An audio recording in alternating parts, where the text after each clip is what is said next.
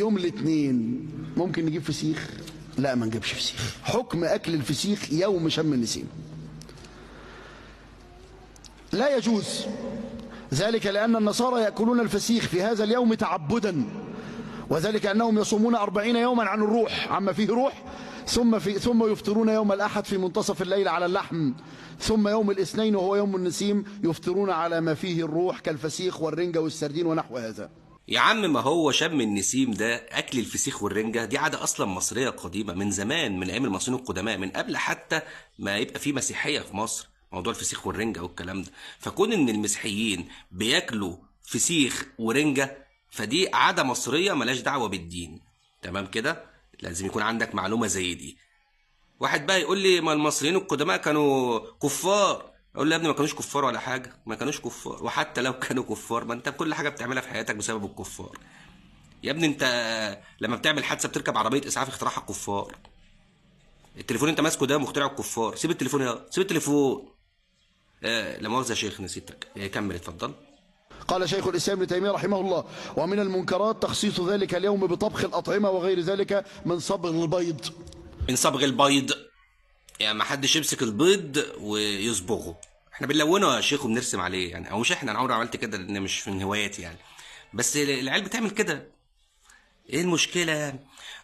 انت قلت لي ابن تيميه. قال شيخ الاسلام ابن تيميه الكبير بتاع الاسلام بقى، ده اللي معدي على الكل، قال ان ده ما ينفعش في اليوم ده، في اليوم ده ما ينفعش ان احنا نعمل كده.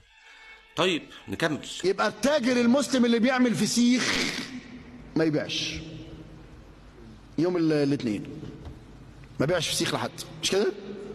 ايه في اليوم الاثنين؟ يبقى التاجر المسلم اللي بيعمل فسيخ يوم الاثنين ما يعملش، ما يبيعش.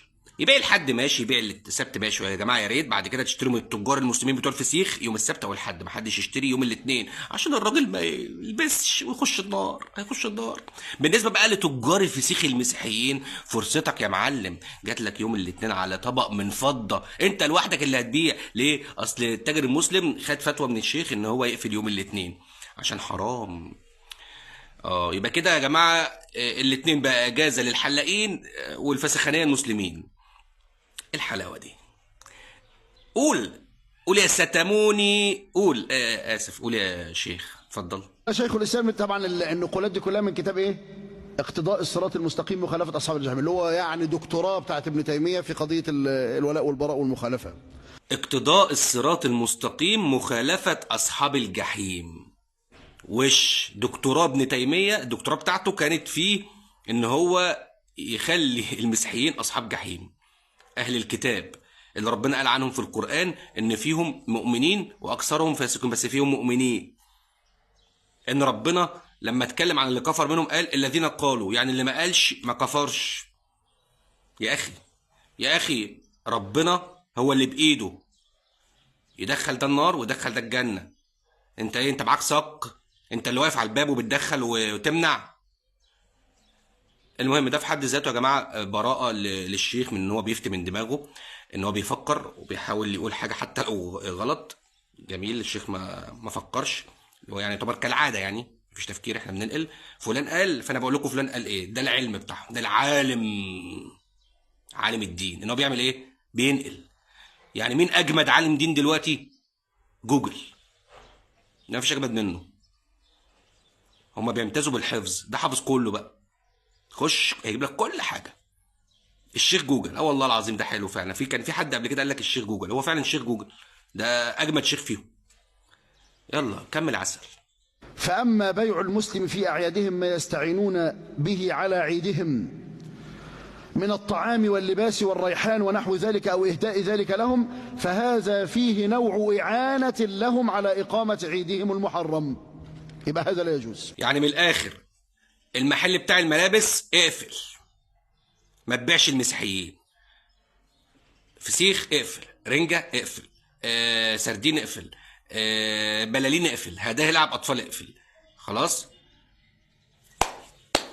طب ما تطلعوه من البلد أحسن يا جماعة. أنا نسيت البيض طبعا، بس المشكلة إن البيض ده مهم جدا يعني بيض مهم. ولا انتوا هتتبرعونا بالبيض بتاعكم؟ ايه يا جماعه؟ ايه كم البغض ده؟ ما تتقبلوا الغير عادي ويسيبوه يحتفل ويفرح. زي ما انا قلت في الفيديو بتاع تهنئه المسيحيين في اعيادهم، واحد صاحبك رايح يتجوز او واحد رايح يتجوز والعروسه زي الزفت وحشه، مش هتقول له الف مبروك اصل انت معترض ازاي يتجوز واحده وحشه كده؟ انت مال امك؟ يعني ما يروح يتجوز اللي يتجوزها، بارك له عشان صاحبك فرحان وبيتجوز، مناسبه عنده، مبروك، مالكش دعوه بقى دماغه فيها ايه.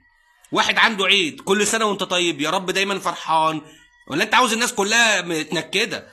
اه صحيح، ما هو في فرقه عندكم بس حتى في المسلمين اللي هتنجو، والكل داخل النار، مسلم وغير مسلم، الا انتوا بس. خلي عندكم، صح يا ياسر، ابن الصغير قال دم، وخلي عندكم دم. سلام عليكم. سلام. انا للاسف بحب السلام حتى ليكم.